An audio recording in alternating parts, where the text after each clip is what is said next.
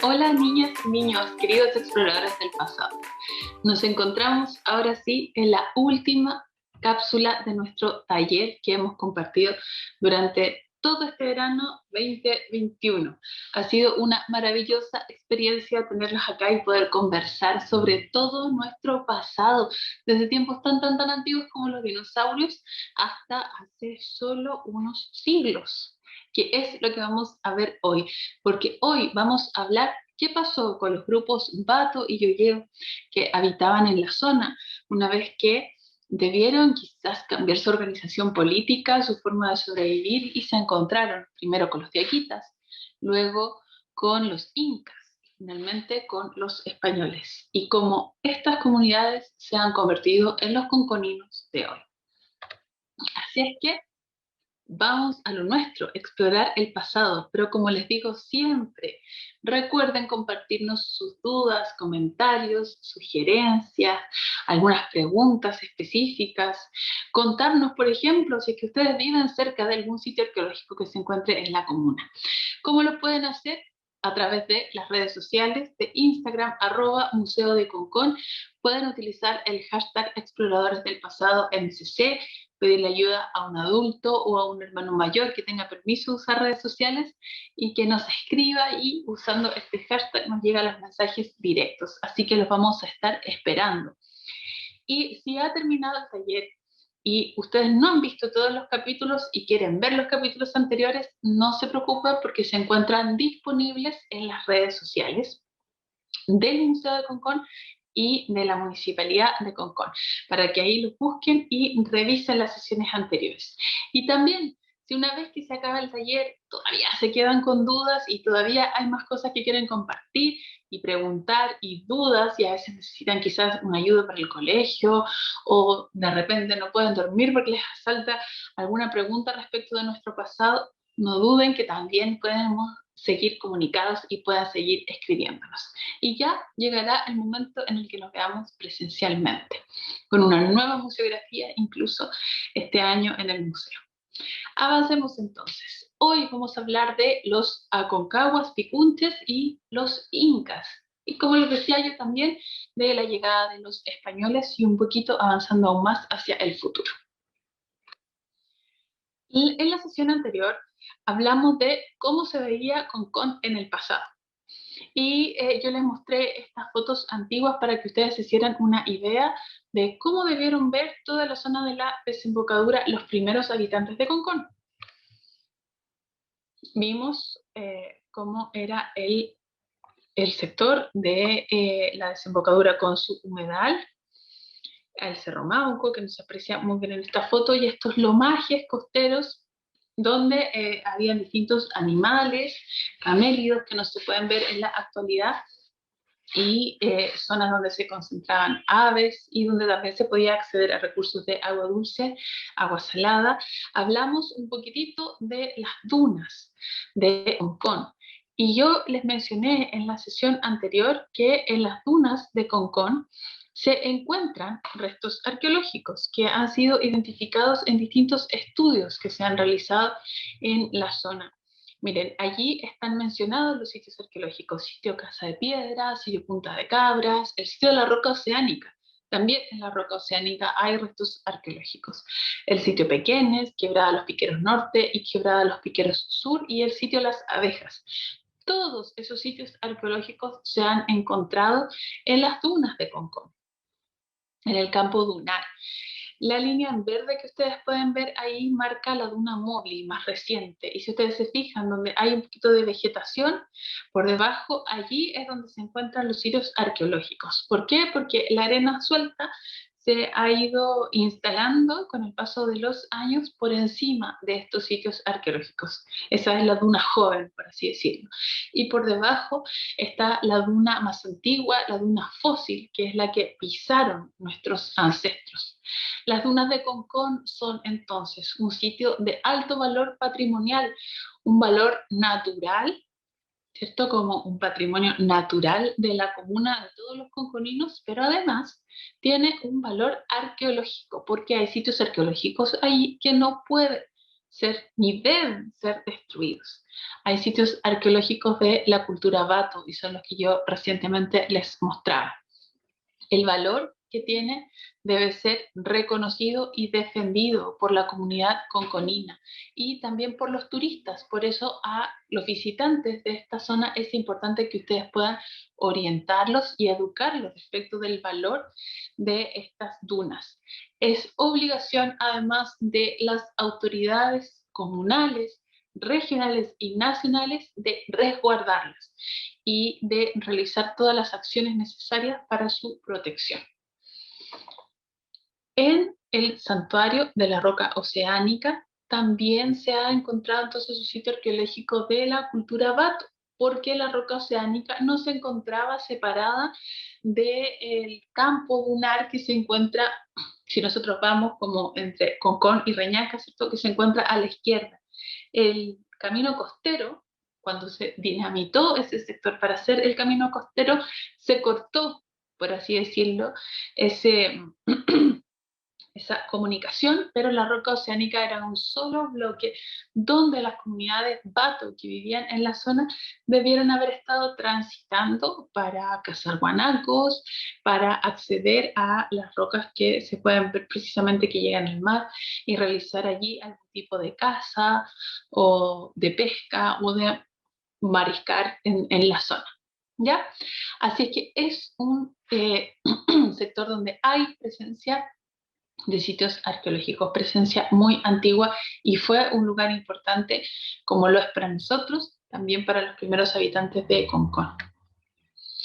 Hablábamos en la sesión anterior también de cómo ver estas líneas de tiempo.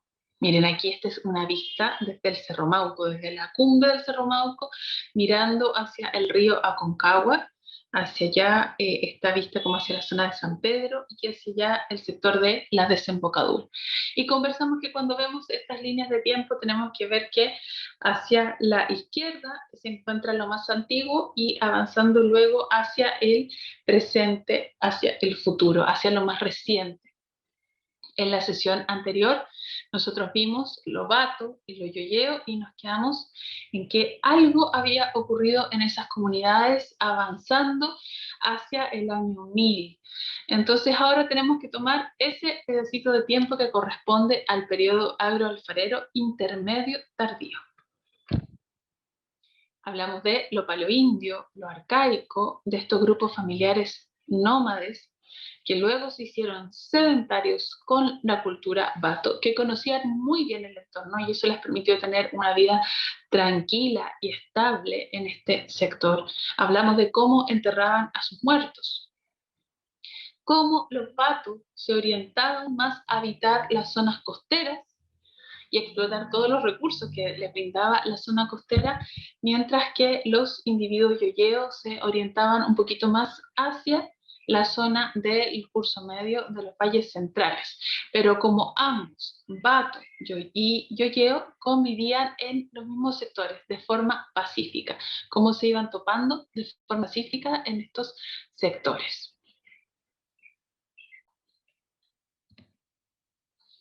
Hablamos que ustedes pueden ver un enterratorio de una representación de un enterratorio yoyeo que fue encontrado en la zona de Puchuncaví. Porque si bien estas comunidades yoyeo eran más de valles interiores, se movían hacia la costa y allí compartían espacio con los Bato.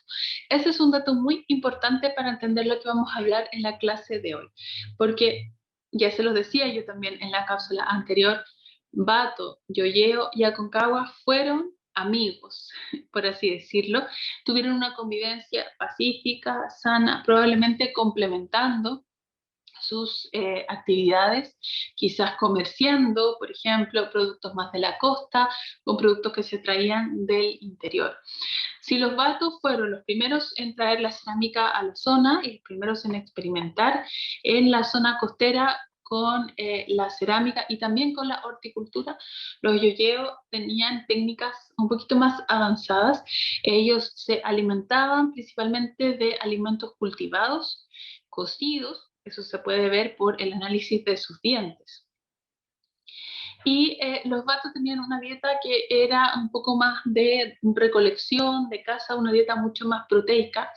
Y además la cerámica la usaban más para ámbitos eh, cotidianos, sí, pero también rituales muy específicos, compartiendo un poquito de su cerámica en los enterratorios. No así los yoyeos que ponían vasijas completas en los enterratorios. Pero, como les decía yo, entonces, viviendo en estas zonas costeras, la vida era tranquila hasta que algo hablamos en la sesión anterior, vino un importante cambio climático. Un cambio climático que se ha documentado en la zona y un poco más en la zona del norte chico alrededor del 800 al 1000 después de Cristo empieza allí un cambio importante. Y se ve un cambio en las comunidades, no solo en la zona central del país, sino también en la zona del norte chico. Estos cambios, que son principalmente políticos y sociales, hacen que cambie la forma de expresarse de las comunidades Bato y Yoyeo. Su modo de vida no cambia casi en nada, pero ya no se reconoce como dos entidades culturales separadas. Ya no se ve una orientación más hacia la costa y una orientación más hacia el valle, ahora hay una hegemonía que ellos reconocen bajo una cultura propia, que los arqueólogos hemos llamado cultura Aconcagua. Se reconocen en una cerámica muy similar, en una forma de enterrar a sus muertos de una forma muy similar, y es una forma de vivir que se ve desde la costa hasta la cordillera, desde la zona de la Ligua más o menos hasta el Cachapual. O sea, si antes veíamos comunidades más bien pequeñitas viviendo en torno a los ríos y un poco cada una con su modo particular de vivir, ahora es como que viésemos una nación, una entidad política muy grande. Distintos investigadores plantean que era una organización mapuche, por así decirlo, vinculada a los grupos mapuche, a los grupos que estos serían ¿cierto? Los grupos picunches, más al norte de lo mapuche. Hay otros investigadores que plantean que no necesariamente son una rama mapuche, sino más bien el nombre picunche se lo habrían dado los mapuches a los indígenas que vivían en esta zona. Y no serían necesariamente grupos de raigambre mapuche viviendo acá. Entonces, sino solo un reconocimiento que le da la esfera mapuche, que fue muy bien estudiada, ¿cierto?, después en la historia.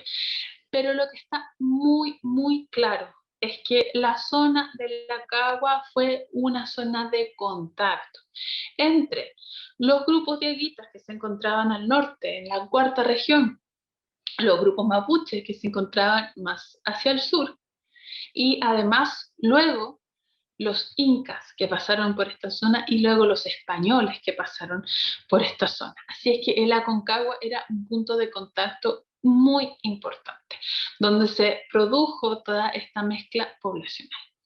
Cuando vemos que principalmente la alfarería cambian esas vasijas oscuras que veíamos globulares, de dos golletes, con representación de animales o de caras, y aparecen platos, como los que vemos aquí en la imagen, abajo platos abiertos que se denominan pucos.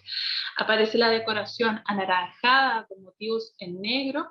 Estamos hablando del periodo que los arqueólogos denominamos intermedio tardío y que va entre el año 950, 1000, 1100 hasta el año 1400, que es cuando se identifican las influencias incas en la zona y que luego en un cortito periodo de más o menos unos 100 años se enfrenta a la llegada de los españoles.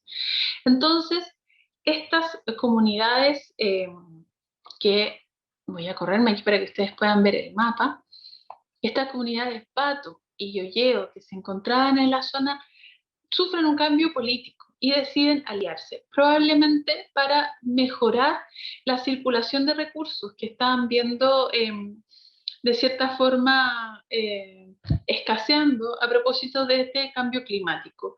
Y además las comunidades Pato, que eran eminentemente costeras, empiezan a desplazarse lentamente hacia los valles interiores, hacia la zona del curso medio, de Tabolango, San Pedro, Quillota.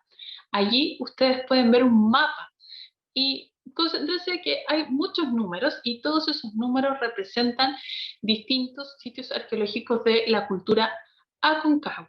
O sea, si antes veíamos que estaban repartidos ciertos grupos Bato en la costa, los Yayos en el interior, ahora vemos que todo este mapa del curso del río Aconcagua se llena, y hasta el Maipo también, ¿cierto? Se llena de grupos Aconcagua que tienen una forma de vivir muy similar, que tienen una forma de hacer cerámica muy similar y una forma de vivir también muy similar.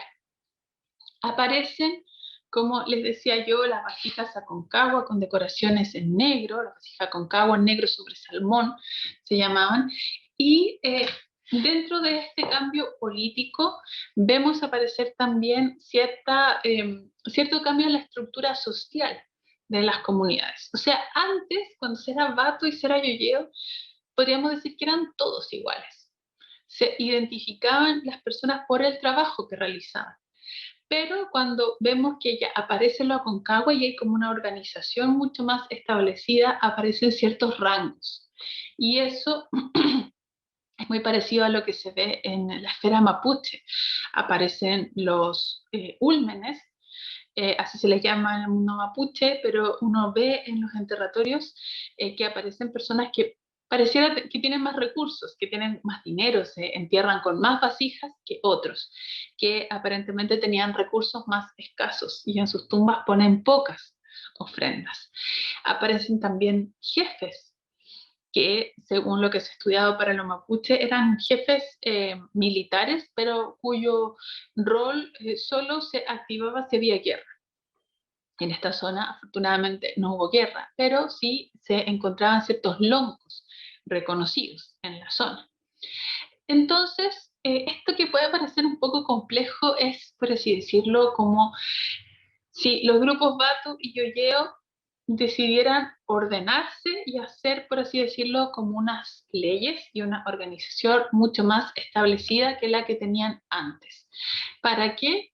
Para mejorar su seguridad, su bienestar y también para enfrentarse o para encontrarse de alguna forma más segura con quienes estaban llegando a la zona, y como les decía yo era un punto de contacto y que eran los diaguitas, que eran los incas y que a futuro fueron los españoles. Cuando los Aconcagua vivían en esta zona, este paisaje, que si bien es una representación mucho más moderna, vemos ahí un hombre cruzando el río a través de un puente, pero era el paisaje que ellos debieron ver. Cuando estamos hablando ya del periodo Aconcagua, como les decía yo, hay una suerte de disminución de la presencia humana en la costa. Muchas familias se desplazan hacia el interior. De hecho, no hay cementerios de esa época que se hayan registrado en la zona hasta el momento. Muchos cementerios Bato, pero muy, casi nula. No hay ninguna evidencia de un enterratorio Aconcagua en la zona. Sí, muchos fragmentos de vasijas que demuestran que hubo presencia humana en la zona. Pero por alguna razón desplazaron zonas de habitación y zonas de cementerio hacia el interior. Habían importantes asentamientos humanos en la zona de San Pedro y de Quillota. El sitio San Pedro es un gran cementerio Batu en la zona homónima San Pedro de Putupur, y también podemos encontrar una importante presencia Aconcagua en el sitio del estadio de Quillota. Allí había una gran cantidad de población. Era una zona de cementerio, una zona también para realizar parlamentos, por lo tanto tenía un simbolismo funerario, un simbolismo social, y también había zonas de canalización de agua, y que ahí ya vemos una agricultura mucho más intensiva. Las casas también deben haber sido un poco más grandes, si bien no se han encontrado sectores de habitación. La mayoría de los sitios arqueológicos de este periodo que se han encontrado, más hacia el interior, como les decía yo, son cementerios. Pero ya estamos hablando de grupos absolutamente sedentarios, con zonas de cultivo, zonas de cementerio aparte y estas casas mucho más permanentes. Cambia la forma de enterrar a sus muertos, ya no los entierran de forma flectada y con los objetos que ellos utilizaban en su día a día, en sus actividades cotidianas. Ahora se entierran a las personas de forma estirada y se les ponen vasijas, vasijas que indican su identidad y que indican además, y otros objetos también, perdón, que indican su rango. Por ejemplo, como esa clava, que es un símbolo de poder. Esa clava fue encontrada en Concón y es una miniatura, es como un colgante, pero que da cuenta que esa persona era reconocida como alguien de poder dentro de la comunidad. Generalmente las miniaturas se asocian a niños, quizás al hijo del lonco o al hijo de algún jefe. Otro punto interesante es que la cantidad de vasijas que se ponen en las tumbas de las personas indica un poco su poder adquisitivo, algo que no se veía en los periodos anteriores en Bato y en Yoyero. Las comunidades Aconcagua tienen una característica bien interesante y que es que más allá de esta convivencia que nosotros veíamos entre Bato y Yoyeo, los Aconcagua tienen una organización política importante y se reúnen a conversar, a dirimir qué van a hacer si se enfrentan a distintas amenazas. Y esa organización social la habrían aprovechado los grupos de aguitas para establecer relaciones sociales, económicas y culturales con los Aconcagua en la zona y luego los incas, que hacia el 1400 empiezan a llegar a esta zona. Y llegan a la zona de Concón y llegan a la zona de Quillota, pero en la zona de Concón hay evidencias a partir de la cerámica, porque la presencia inca trae ciertas innovaciones en la cerámica, como el uso del color rojo, blanco y negro, que no se veía antes, pero se asientan más hacia los valles interiores, más en la zona de Quillota, en la zona de la Cruz, posiblemente porque allí se encontraban grupos más numerosos. Acá en la zona de Concón no se ha encontrado todavía la presencia de algún inca. Y probablemente los incas que llegaron a esta zona llegaron bajo un sistema de mitimaes, o sea, poblaciones diaguitas o poblaciones incanizadas de más al norte de nuestro país, que eran implantadas en este sector por los incas para difundir un poco su identidad, lo que hacían, si bien ellos respetaban el modo de vida local. ¿No? Pero una vez que se instalan, acá en la zona dejan a un representante, que era Quilcanta, y habían acá en la zona dos loncos, Tanjalonco y Michimalonco. Ya estamos hablando de periodos posteriores, pero es para que ustedes vean cómo se establecían los incas, con un representante dentro de las comunidades locales. Vemos que cambia también la cerámica cuando llegan los incas. Se siguen usando estos platos abiertos, pero ellos introducen formas importantes como los vasos profusamente decorados, los aríbalos que se ven allá para transportar chicha, chicha que era usada no solo para beber, sino también como un regalo para otros cuando uno quería hacer alguna alianza, conseguir un favor, parlamentar. Y estos jarros pato que son propios del periodo diaguita inca, ¿cierto? Que uno ve mucho en los diaguitas, porque, como les decía yo antes, los diaguitas y los Aconcagua habían establecido relaciones políticas. Entonces los diaguitas de cierta forma facilitaron la llegada del Inca a la zona, como quien trae a un amigo y se lo presenta a otro. Los incas impusieron su presencia en la zona usando la influencia de los diaguitas, entonces que eran antiguos amigos de los Aconcagua. Aportaron conocimientos novedosos relativos a la agricultura, por ejemplo, en relación con la canalización de agua. Yo les decía que en esta zona no era tan necesario eso porque era una zona muy fértil y había mucha disponibilidad de agua. Posiblemente en Concón nunca se canalizó el agua, no fue necesario, pero sí hacia las zonas de los valles interiores se hacían algunos canales sacando del río Aconcagua pequeños brazos de forma artificial para regar los campos. Recuerden también que esa era una zona con una mayor densidad de población, por lo tanto se necesitaba una agricultura más intensiva. También los incas establecieron redes viales, o sea, caminos que recorrían estos valles de la costa hasta la cordillera, estableciendo pequeños caminos que de cierta forma ellos mapeaban y que por lo tanto mantenían comunicado todo el territorio.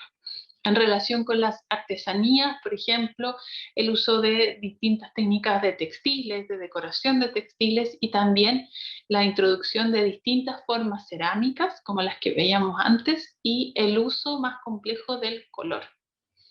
Cuando vemos que cambia el color que se pone en las vasijas, vemos también que cambian los símbolos que se representan en ellas, algunos más naturalistas, como pájaros, camélidos, personas también, donde probablemente esos dibujos representaban dibujos que ellos hacían en sus caras y que están representados también en algunos petroglifos, o sea, en dibujos que se hacían en piedra, que se ven más hacia la zona de la cordillera.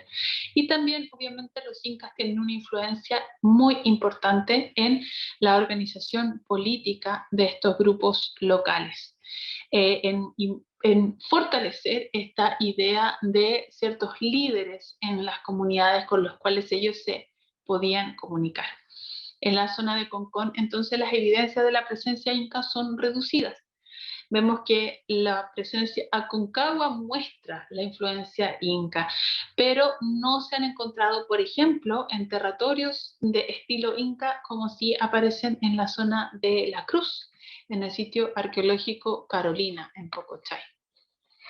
Como les decía yo antes, en la zona vivió el inca Quilicanta, que fue traído desde el Cusco para, como una autoridad, por así decirlo, como un emisario del imperio para marcar la presencia del Inca acá en la zona, que compartió distintos grados de influencia y poder con los locales Michimalonco y Tanjalonco, que eran los señores del valle del Aconcagua. Michimalonco de la mitad del valle hacia el curso superior y Tanjalonco de la mitad del valle hacia la costa.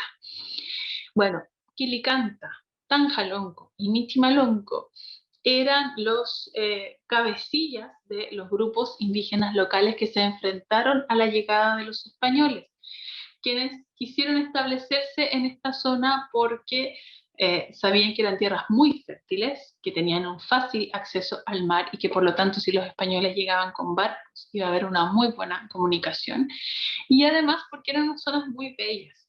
Bueno, los españoles que llegaron a esta zona se enfrentaron a distintos problemas. Los indígenas no les dieron una bienvenida muy cálida, no hubo enfrentamientos inicialmente, más bien como cierto grado de indiferencia. Y de este modo los españoles prefirieron avanzar hacia la zona de Santiago y desde allí seguir colonizando hacia el sur de nuestro país. Pero una vez que los españoles empiezan a tomar con violencia distintas tierras, entonces los indígenas locales saben que los españoles no vienen a ser amigos a esta zona, sino que vienen a alterar todo su sistema de vida, a quedarse con sus tierras y también a matar definitivamente a muchas mujeres y niños, y por eso deciden hacerles la guerra.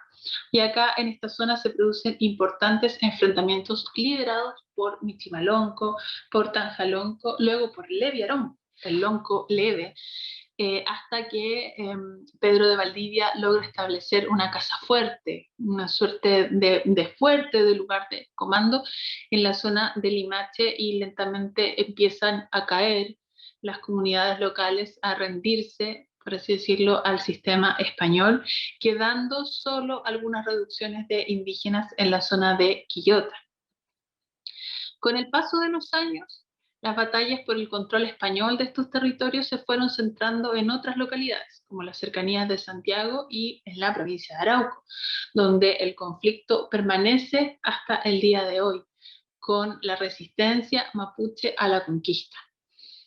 Lentamente, mientras avanzamos en la historia, Concón fue estableciéndose como una caleta de pescadores, un trabajo que era desarrollado por los escasos grupos de nativos que se quedaron en la zona y que heredaron las técnicas incluso de los grupos Bato, eh, y que tuvieron que defender bastante, porque a los estancieros que se habían establecido en la zona no les gustaba mucho que pescadores atravesaran sus tierras para explotar los recursos marinos. Fue Ambrosio O'Higgins quien determinó que Concón era una caleta de pescadores y que tenía que resguardarse esa práctica tradicional por el bien de la comunidad, por el bien económico también de la zona. También Concón era una zona de cría de animales por parte de estancieros, principalmente extranjeros a los que les fueron adjudicados estos terrenos.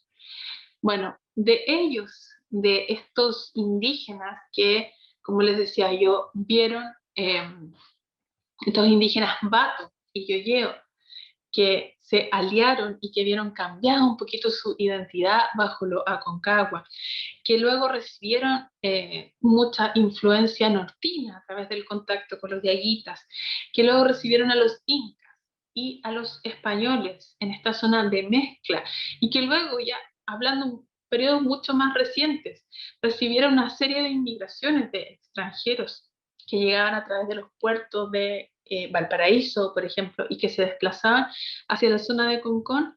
De esa mezcla intercultural desciende la población conconina actual.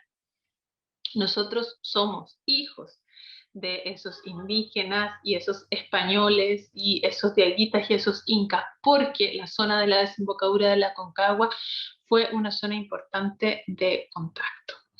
Así es que aquí vemos volvemos, por así decirlo, a las imágenes antiguas de Concón, porque como caleta de pescadores fue una zona que se mantuvo con poca población hasta tiempos recientes.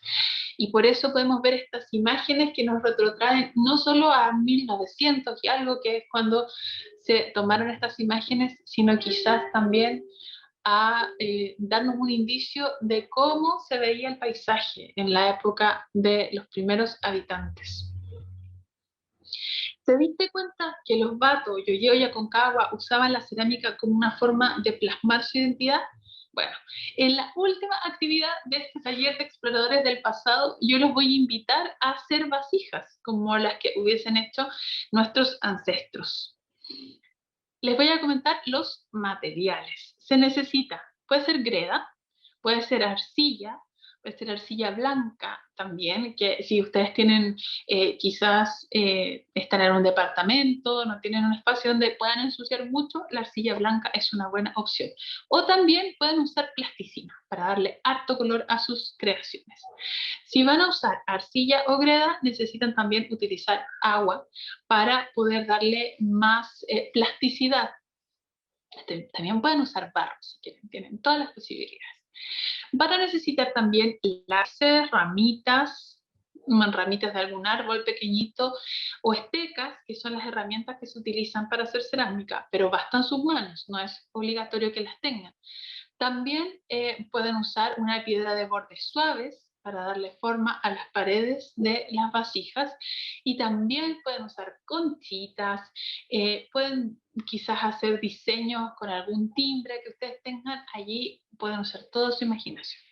En la imagen de la esquina, allá arriba, ustedes ven algunos fragmentos de cerámica Bato.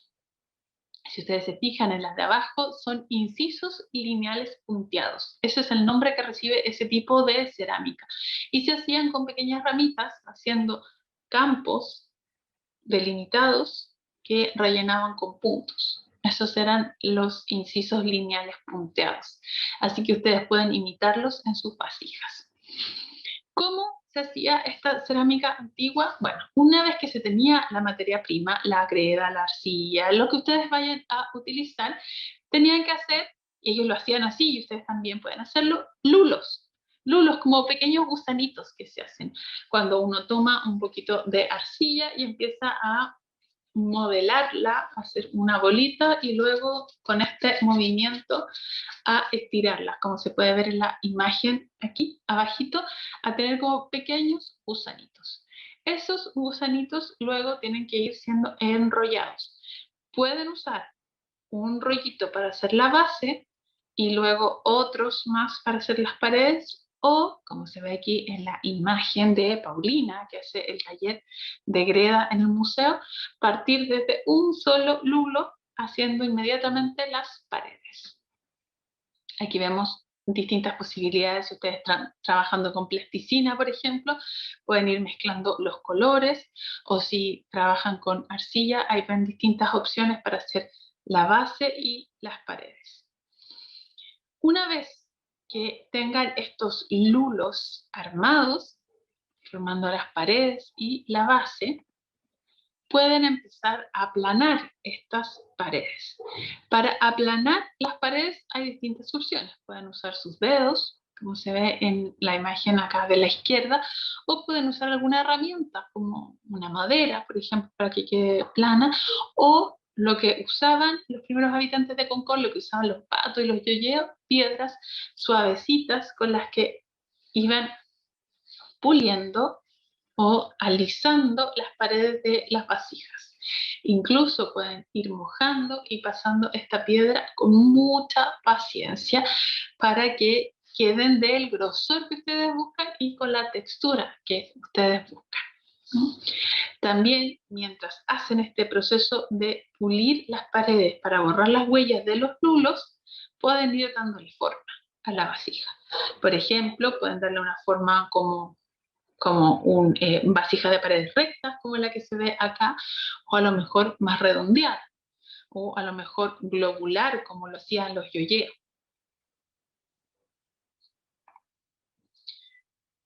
También pueden utilizar los lápices, las estecas, las ramitas que ustedes seleccionaron para modelar estas vasijas.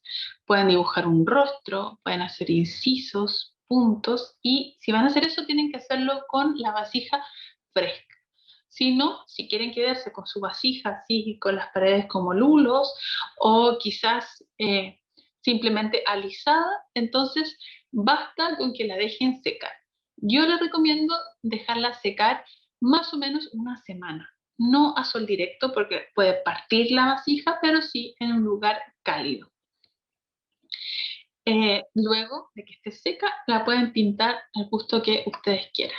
Miren, aquí vemos diseños más específicos de incisos lineales punteados. Vemos las líneas, los puntos, como ciertos escalerados, y también las caras, que eran muy propias. Si bien el inciso lineal punteado es propio de los batos, las caras son muy propias de los yoyeos. Estas caras que se denominan ojo grano de café, porque parece un granito de café, y ceja nariz continua. Esa era la característica propia de la decoración yoyeo. Y si ustedes quieren pintar las vasijas, pueden pintar quizás estos hermosos trinacrios que se pintaban en las vasijas Aconcagua, generalmente por fuera de la vasija, y también otros diseños como estos escalerados, muy parecidos a lo que se ve en la esfera de Ayita. Pueden ir también a ver un hermoso puco Aconcagua que se encuentra en el Museo de Concón una vez que estemos abiertos. Y miren, yo les voy a mostrar algunas experiencias de vasijas que realizamos en el taller de mini arqueólogos el año 2017. Miren, aquí hay una vasija al fondo que se dejó en blanco, globular, de cuello alto. Aquí tenemos algunos jarritos con decoraciones del periodo de Ayita Inca, porque ya ven ustedes son blanco, rojo y negro. Aquí, por ejemplo, nuestra alfarera dejó las paredes lisas por fuera y se veían todavía los lulos por dentro. ¿Ven? Entonces tenemos distintas opciones. Recuerden que esa vasija hecha con sus propias manos es un portador de identidad. Muestra quiénes son ustedes como individuos y también por la cultura a la que pertenecen. Bueno, exploradores del pasado, hemos llegado al final de nuestro taller.